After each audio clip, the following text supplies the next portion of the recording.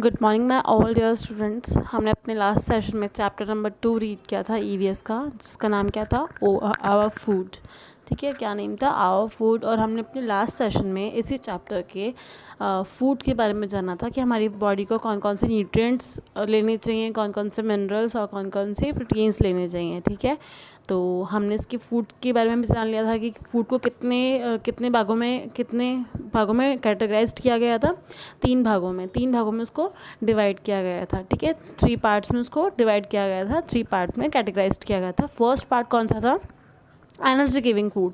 Energy giving food के बारे में मैंने आपको बता दिया कि energy giving food those food जो हमें एनर्जी प्रोवाइड करती है, जिसमें न्यूट्रिएंट्स होते हैं बहुत ज़्यादा, मिल्क, घी, ये सारी चीज़ें क्या होती हैं, एग, ये सारी चीज़ें क्या होती हैं, एनर्जी गिविंग फूड्स होते हैं। अब उसके बाद में क्या था, body building food. Body building food वो होते हैं जिसमें प्रोटीन्स होते हैं, जो हमको लेने पर हमारी बॉडी जो है क्या होती है, ग्रोथ करती है। अब वैसे ही हमारे जो थर्ड फूड नेम क्या था, प्रोटेक्टिव फूड। प्रोटेक्टिव फूड का मतलब क्या था, जिसमें विटामिन्स और मिनरल्स होते हैं, जैसे कि green vegetables, green leaf vegetables लेनी चाहिए, फ्रेश फ्रूट्स लेने चाहिए और मिल्क लेना चाहिए, like milk, Apple, oranges, tomato, cabbage, cauliflower and green vegetable leaves होनी चाहिए, ग्रीन लीव्स वेजिटेबल्स होनी चाहिए। ठीक है, लीफी वेजिटेबल्स होनी चाहिए। तो हमको वो सारे फूड्स लेने चाहिए, तो वो क्या होता है, प्रोटेक्टिव फूड। तो हम उसके आगे पढ़ते हैं, हमारे जो तीन पार्ट में कैटेगराइज किया गया था फूड को। उसके बाद अब हमें ये बताया जा रहा है कि रेफेजेस क्या होते हैं। देखो इसमें क्या दिया हुआ है, रेफेजेस। रेफेजेस का मतलब होता है तंतुमय। क्या होता है, तंतुमय। तंतुमय का मतलब ये होता है बेटा कि जो फूड होते हैं जिसमें हमको तंतु मिलता है। आपको अपने पेरेंट्स भी बोलते होंगे ना कि आपको ग्रीन वेजिटेबल्स लेनी चाहिए। जो ग्रीन वेजिटेबल्स में क्या होता है, बहुत अच्छे गुण होते हैं और हमें हरी सब्जियां खानी चाहिए, यही बोलते हैं ना आपको अपने पेरेंट्स। तो रेफेजेस में देखो होता क्या है, रेफेजेस में जो ग्रीन वेजिटेबल्स होती हैं उसमें फाइबर होता है। फाइबर हमारी बॉडी के लिए बहुत इंपॉर्टेंट होता है। अब देखो, फाइबर फूड्स आर कॉल्ड रेफेजेस। रेफेजेस का मतलब क्या होता है, तंतुमय, और फाइबर का मतलब भी क्या होता है, रेशेदार सब्जियां होती हैं, जिसमें रेशे वाली सब्जियां होती हैं ना, वो क्या होती हैं, तंतुमय सब्जियां होती है, जो हमारी बॉडी के लिए बहुत बहुत ज़्यादा ज़रूरी होती है, हमको वो खानी चाहिए। For example carrot, radish, leaf vegetables, उसमें क्या क्या आती है, देखो कैरेट आ गई, रेडिश आ गई, ग्रीन लीफ वेजिटेबल्स आ गई, कैबेज आ गई और कैप्सिकम आ गई।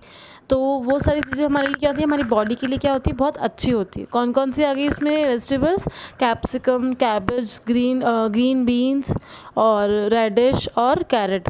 ये सारी चीज़ें क्या होती है, रेफेजेस होती है, जिसमें रेशेदार सब्जियां होती है, जो कि नीचे मिनरल्स में पाई जाती है, मतलब खनिज पदार्थ के नीचे, मतलब रूट्स में पाई जाती है। ऐसे तो है नहीं ना कि ऐसे ही उग जाती है, उसको बोया जाता है।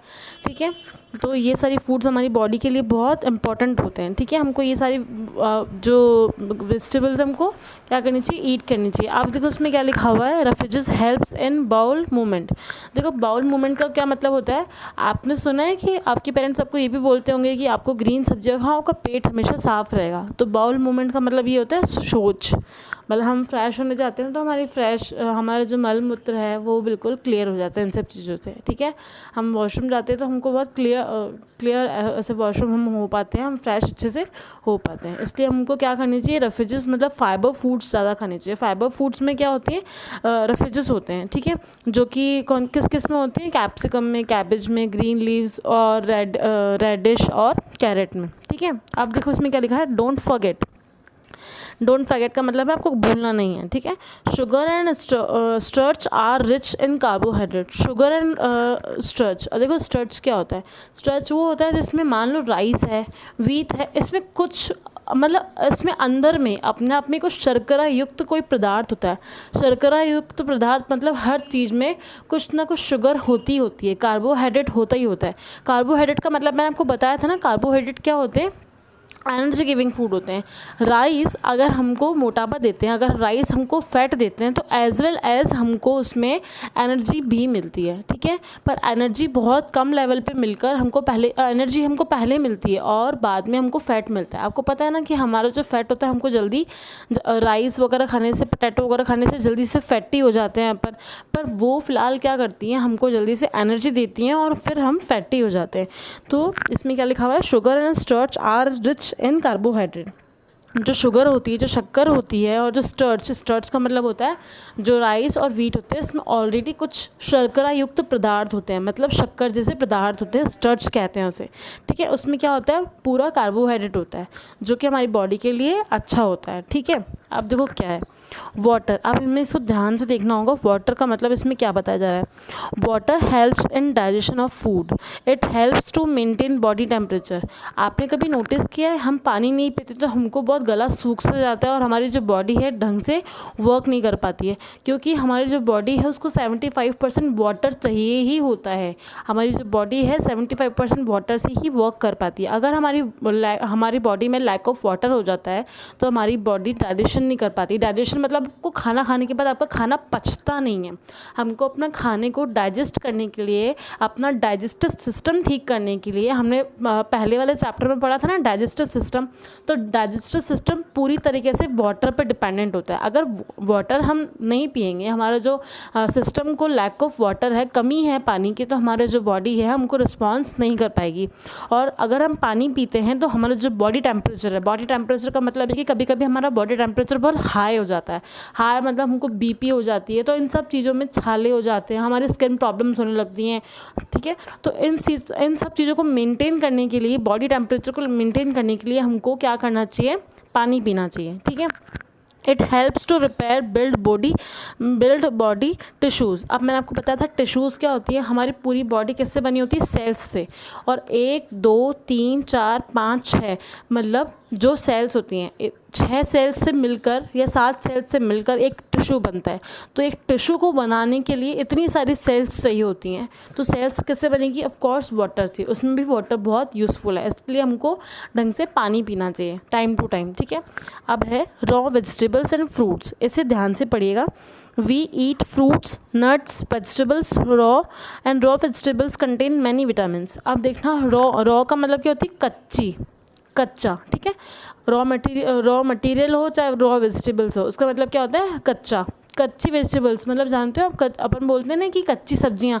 मान लो हम पहले हमारे पास सब्जियां आती है, हम क्या उसको कच्ची खाते हैं ना, पर कच्ची खाना भी बहुत अच्छी होती है।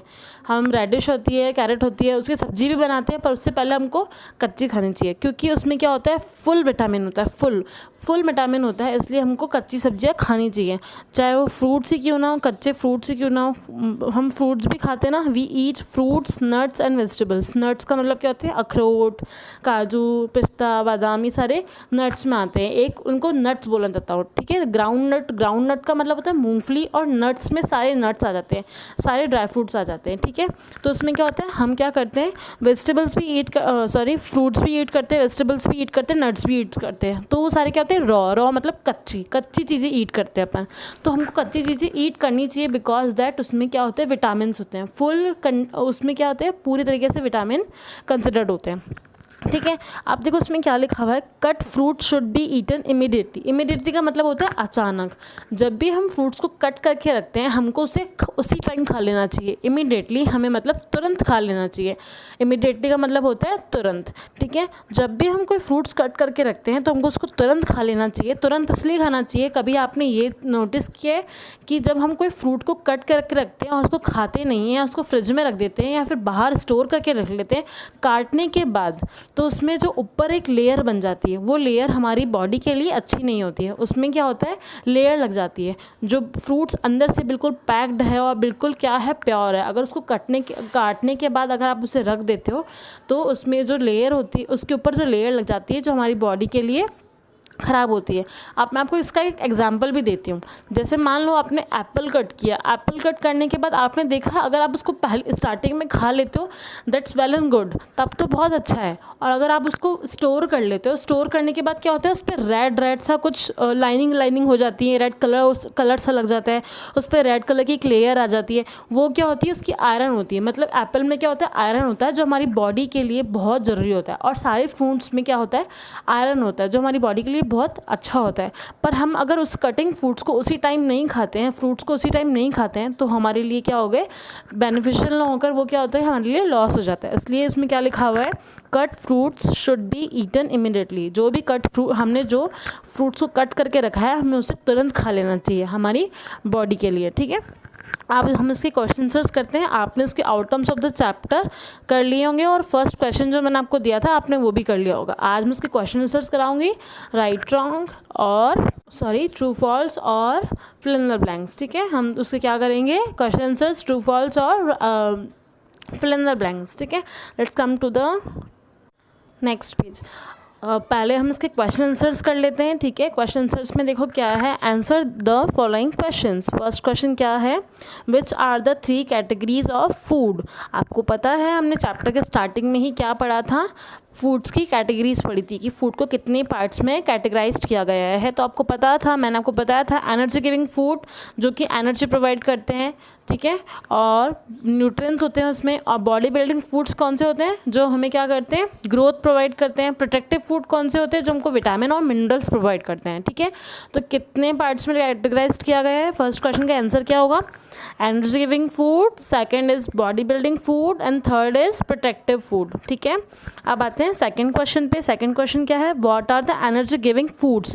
पहले हमने क्या पढ़ा था, कैटेगरीशन पढ़ा था, कैटेगरी पढ़ी थी किसकी, फूड्स की। अब हम क्या पढ़ रहे हैं, सेकंड क्वेश्चन क्या है, what are the energy giving food. वो सिर्फ एक सिंप्लीफिकेशन में क्या पूछ रहा है कि एनर्जी गिविंग फूड कौन से होते हैं। ठीक है, तो देखो एनर्जी गिविंग फूड कौन से होते हैं, the foods which provide the energy nutrients are called energy giving food. वो फूड जो हमको क्या प्रोवाइड करते हैं, एनर्जी न्यूट्रिएंट्स। एनर्जी न्यूट्रिएंट्स का मतलब होता है जिससे हमको हमारी बॉडी को एनर्जी मिलती है। हम जैसे ही मिल्क पीते हैं हमें एनर्जी होती है, एनर्जी मिलती है, एग खाते हैं एनर्जी मिलती है, कोकोनट खाते हैं एनर्जी मिलती है, ऑयल खाते हैं एनर्जी मिलती है, ग्राउंडनट्स खाते हैं हमको क्या मिलती है, एनर्जी मिलती है। तो ये सारी चीज़ें कौन सी होती हैं, हमको एनर्जी प्रोवाइड करती है। तो जिस चीज़ों में एनर्जी न्यूट्रिएंट्स होते हैं वो वाले कौन से फूड होते हैं, एनर्जी गिविंग फूड होते हैं। एग्जांपल्स देखो कौन कौन से, कोकोनट, घी, मिल्क, एग एक्सेट्रा। ठीक है, अब देखो थर्ड क्वेश्चन क्या दिया हुआ है, what is the use of water in our body. अभी मैंने आपको थोड़ी देर पहले ही मैंने आपको वाटर के बारे में पढ़ाया था। देखो वाटर में क्या है, the use of water in our body, water helps in digestion of food. Water क्या करता है, जो हम खाना खाते हैं उसको डाइजेस्ट करने में क्या करता है, हेल्प करता है। अगर हम वाटर नहीं पियेंगे तो हमारी जो डाइजेस्टिव सिस्टम है, हमारा जो डाइजेशन है वो स्मूथली वर्क नहीं कर पाएगा। इसलिए हमारी बॉडी को 100% वाटर या 75% वाटर नीडी होता है। ठीक है, अब इसमें क्या है, it helps to maintain body temperature. मैंने आपको अभी ये भी बताया कि हमारी बॉडी टेम्परेचर को हाई होने से बचाता है। हमारी बॉडी टेम्परेचर को मेंटेन करने से क्या काम आता है, वाटर काम आता है। ठीक है, अब मैं आपको ये भी समझा दिया। अब फोर्थ क्वेश्चन देखो बेटा क्या है, give some examples of body building food. Examples of body building food, इसमें बताया गया कि बॉडी बिल्डिंग फूड से क्या देने हैं, एग्जाम्पल्स देने हैं। हमने 3 कैटेगरीज पढ़ी थी, energy giving food, body building food and protective food. तो अब एनर्जी गिविंग फूड में उसने क्वेश्चंस पहले पूछ लिया, उसके बाद अब ये क्या पूछ रहे हैं, बॉडी बिल्डिंग फूड के एग्जाम्पल्स पूछ रहे हैं। अब देखो बॉडी बिल्डिंग फूड्स में एग्जाम्पल्स कौन से आते हैं, meat, fish, egg, milk, soybean. आपको अगर समझ में नहीं आ रहा है तो मैं आपको एक एग्जाम्पल देती हूँ। मान लो आपके घर में कोई ना कोई कहाँ जाता होगा, जिम ज़रूर जाता होगा। जिम जाने में आपको अगर हमको अपनी हेल्थ को इंक्रीज़ करना होता है, हमारी बॉडी को इंक्रीज़ करना होता है, ग्रो करना होता है, तब वो जिम ट्रेनर होता है वो क्या बताता है कि आपको अपनी बॉडी को ग्रोथ करने के लिए फ़िश खानी है, फ़िश खाने को वो बोलता है, मीट खाने को बोलता है, एग्स खाने को बोलता है, रॉ पोटैटोज़ खाने को बोलता है और सोयाबीन्स खाने को बोलता है। इससे क्या होता है, हमारी जो बॉडी है, हमारी बॉडी ग्रोथ करती है, इंक्रीज़ होती है। इसलिए इनको क्या बोला गया है, बॉडी बिल्डिंग फूड। इससे हमारी बॉडी बिल्ड होती है, मतलब हमारी बॉडी बनती है और हम स्ट्रॉन्ग होते हैं, इसलिए इसको क्या बोला गया है, बॉडी बिल्डिंग फूड। ठीक है, अब आते हैं हम अपने क्वेश्चन नंबर सी, जो कि क्या है, फिल इन द ब्लैंक्स। ठीक है, let's come to the question number C, fill in the blanks. उसमें फर्स्ट क्या दिया हुआ है, dash also give shape to the body. ये क्या है, हमारे फर्स्ट चैप्टर का थोड़ा रिव्यू है। मसल्स क्या करते हैं, हमारी बॉडी को शेप देते हैं।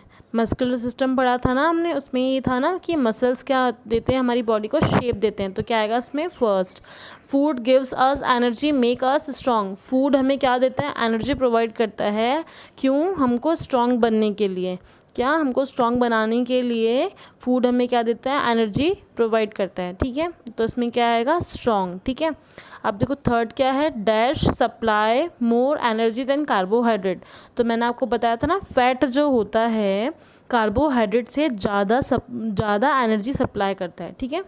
जो फैट होता है वो कार्बोहाइड्रेट से ज़्यादा एनर्जी सप्लाई करता है। अब मैं आपको बताया था कि जो राइस होते हैं उसी टाइम ही हमको क्या करते हैं, एनर्जी देते हैं और हम उससे मोटे हो जाते हैं, उससे फैट भी हमारा बढ़ जाता है। पर कार्बोहाइड्रेट जैसे हम मिल्क वगैरह पीते हैं उससे क्या होता है, हमको धीरे धीरे धीरे हम स्ट्रांग होते जाते हैं। तो फैट क्या कर रहा है, हमको जल्दी से जल्दी हमको एनर्जी प्रोवाइड कर रहा है, पर वो बेनिफिशियल भी थोड़ा कम होता है।